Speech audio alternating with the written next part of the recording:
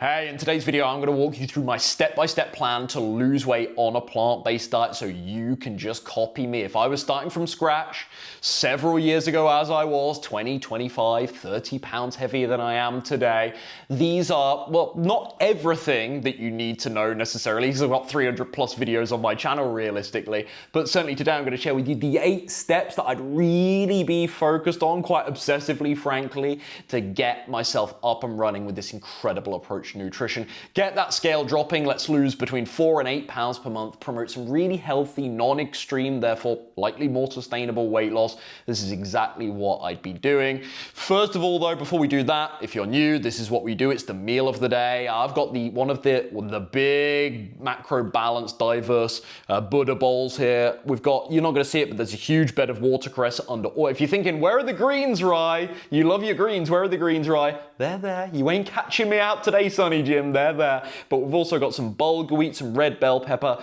some sprouts. I think they're broccoli sprouts, pretty sure.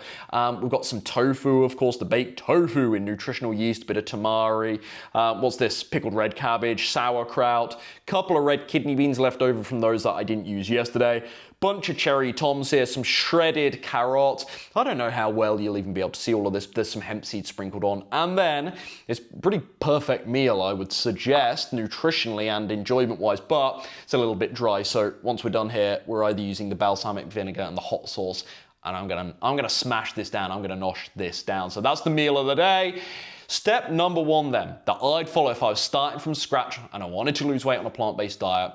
And here's the perfect example of this. Number 1, I'd clean up my diet because there's so many. You've heard this from me before if you've been watching me for some time. There's so many vegan junk food products now and substitutes. Just focus on the whole foods. Higher fiber content, lower caloric density, obviously more nutrient packed as well. The satisfaction that you get per calorie from whole foods. It's not to say you can never eat anything processed. It's not to say every now and again I'm perfect with this, because sometimes I do enjoy like one of those vegan meat products. Like, I'm very transparent about this. I'm not the Puritan health guru. I don't want to pitch myself as that and be inauthentic. That's absolute BS. I am not that guy around the clock. I'm really not. I want to be transparent about that. But generally speaking, 90% of my meals, they're looking like this. Whole foods focused. Now, there are some processed foods that I actually consider very health promoting, very, very weight loss friendly indeed. And just because something is processed, that doesn't mean it's a junk food. There are obviously distinctions to make there. And so I like whole wheat rye and sourdough breads with minimal ingredients. And yeah, technically processed, but still higher fiber content, calorically more appropriate, easy to build into a weight loss friendly diet. Things like yogurts for my plant yogurt bowls, where I throw in all my berries and nuts and seeds and that sort of thing.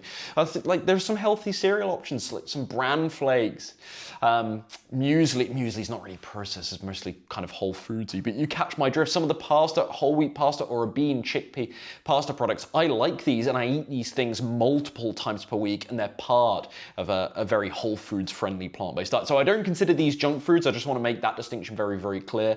But generally speaking, the vegan cheeses, lots of those vegan processed meat products, all the vegan desserts, you vegan cafes that sell the delicious brownies and that kind of thing. No, just because they're vegan, they ain't necessarily gonna be weight loss friendly. I think that's kind of obvious, but really good for anyone new to this lifestyle to hear, I think. The second thing I'd focus on to lose weight on a plant-based diet is reducing the snacking. Now, snacking isn't inherently bad. It depends what you eat and how much. Again, is it calorically controlled? Is it built into your diet? Are you mindful about the snacking? Do you actually treat it like it's consumption rather than just like mindless grazing that you completely lose track of and don't stay accountable to? So snacking isn't bad. I want to make that crystal clear. But generally speaking, me in the past, don't know about you, I was doing way too much snacking. And so I'd have my big meals that, again, they might be quite weight loss friendly meals, but between those, I'm having 500, 600, 700 calories a day per snack. And again, you could do that if you still finish the day in a calorie deficit. That's what counts, but it's going to be harder if you're also grazing, especially on higher calorie stuff throughout the day. And there are plenty of healthy, and this is a really relevant thing to plant-based eating, I think. There are plenty of healthy, clean, whole foody whole food focused snacks, they're still really high in calories. So we're thinking like you just grab 30 grams of cashew nuts, bang, what's that? Probably, we're doing this on the fly, but 170, you can fact check me, 170, 180 calories-ish for like a big handful, not even a big, a moderate handful of cashew nuts. That's a terrible bang for buck ratio compared to maybe the equivalent amount of berries that are going to be much lower in caloric density. So you got your nuts, you got your dried fruit, you got trail mixes, you got the dried fruit and nut bars. You see what I mean? There's a lot of like clean, very healthy and nutritious in most cases, plant-based snack options that you'll see in lots of, not only grocery stores, but also online when you're looking for, plant-based nutrition tips and plant-based cookbooks and that sort of, they advise you to eat lots of, healthy, but again, high calorie snack options. So just really cautious with this. If I was starting from scratch again, it's not to say that I would not snack. I think I'd try and cap myself at maybe 2 snacks per day. And both of those snacks, I'd want to be around the 150 calorie mark. That is a really good way to still have an outlet for a bit of a snack, but without risking, again, adding loads and loads of calories to your diet and threatening maybe being in a calorie deficit every single day. Step 3, a minute ago I just mentioned berries, didn't I, as a potential snack option. Well, more widely here, fruit. Fruit. We love it. And it absolutely is not just part of my plant-based weight loss plan.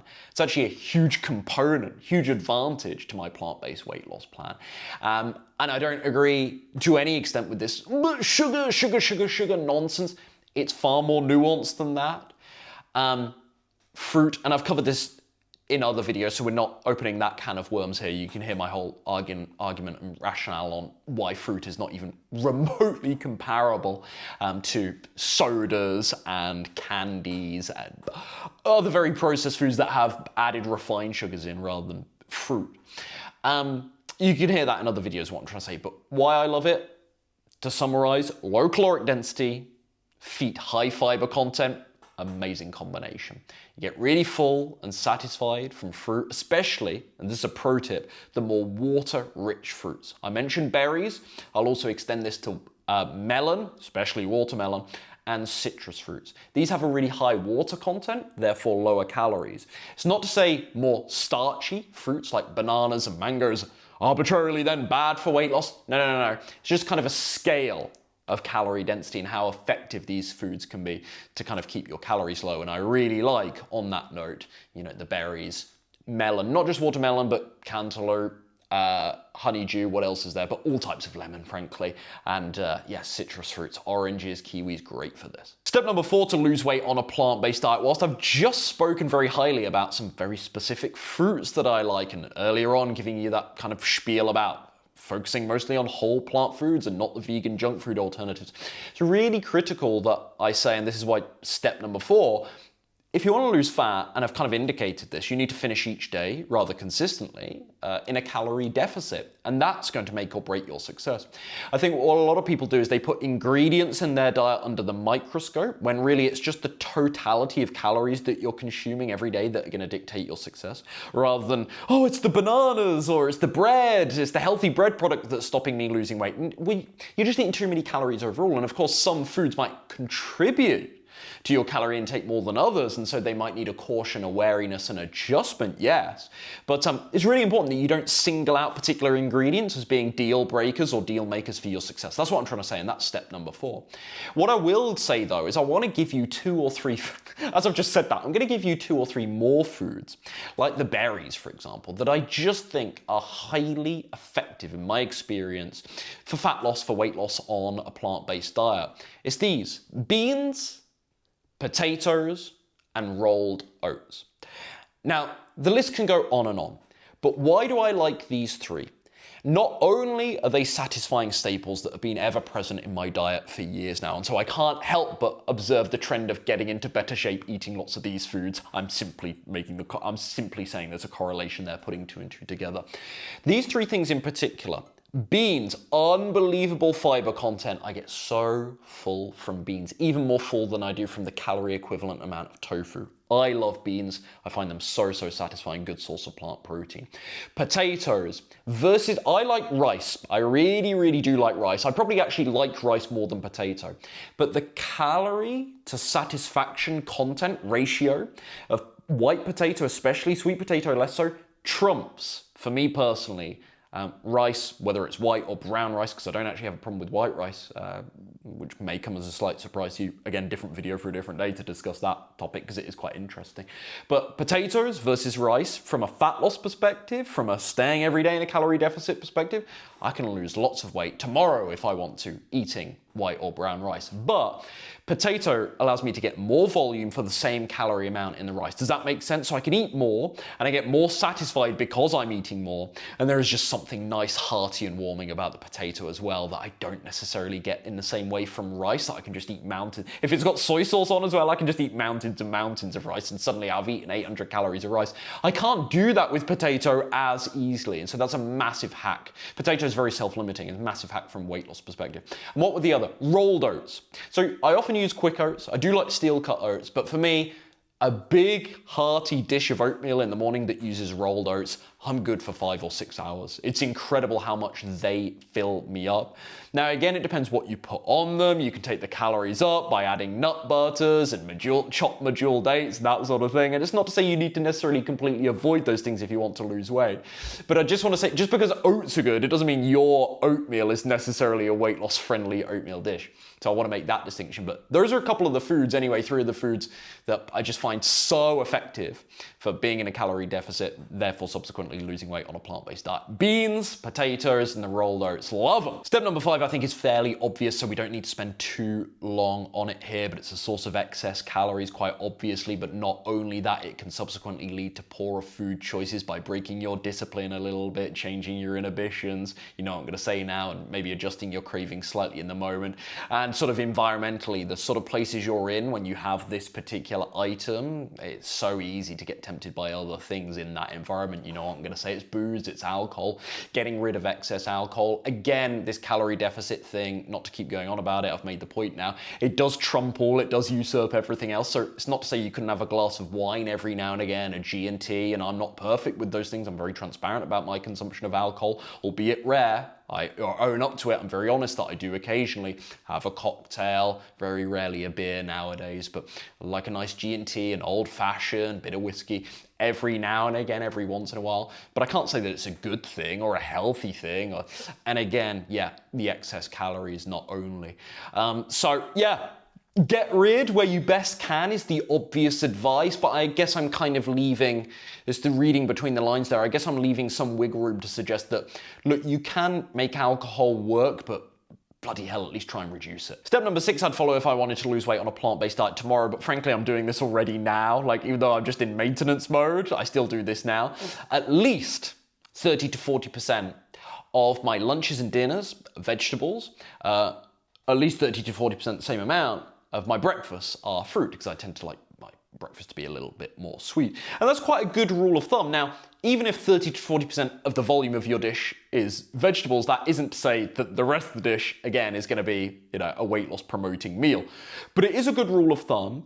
And, you know, vegetables are quite self-limiting, most of them, and they have a low caloric density. So you know that if a certain portion of your plate is vegetables, that is some kind of cap, it's some kind of glass ceiling on your calorie intake. It can only go so far, in the rest of the dish. You could still add all sorts to the rest of the dish, but you catch my drift.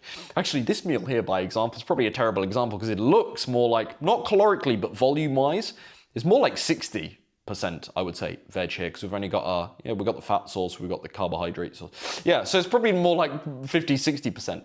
But yeah, I like this as a rule of thumb to keep the calories as a calorie control measure. Lots of veg, lots of fresh fruit in particular. It's not the point of this particular step, but dried fruit, since I haven't really mentioned this. Oh, I did in the snack section, but really high in caloric density. So just be careful with that. But fresh fruit, fresh veg, if I haven't made this clear in other points throughout, really low caloric density, high fiber content. These are the two, fruit and veg, the two best food groups whether you're plant-based or not, from a weight loss perspective, I argue. Step number 7. This is your fail-safe. This is your get-out-of-jail card. Let's say you've integrated my other 6 steps here, but you're still not losing, and maybe you've got scoured the rest of my channel and gleaned some other tips and insights and meal ideas there, of course, as supplement to the information that I've shared today. Let's say you're doing all of this, but you're not actually losing weight, or maybe for the first couple of weeks you were, and then you've hit that plateau. If you're not losing weight doing all of this, I would suggest starting to reduce, maybe not cut out entirely, but starting to reduce any calorie-rich plant-based foods.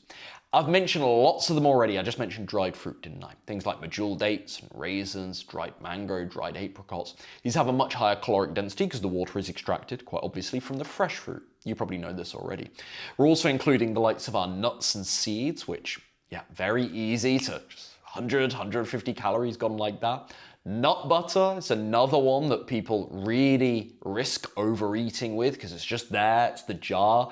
It's easy to be generous with a tablespoon. I often say to my clients, look, if we're going to use nut butter, we're going to use about 15 grams. Please weigh it out the first few times you do it so you know roughly what 15 grams looks like. You don't need to do that forever, but do it this time just so you've got a visual cue for it. And they're like, oh, that's only 15 grams? Oh, I think I was probably doing like 30, 35 grams before. Yeah, well, double the calories. There you go. That might be where things are going wrong before you join the program, right?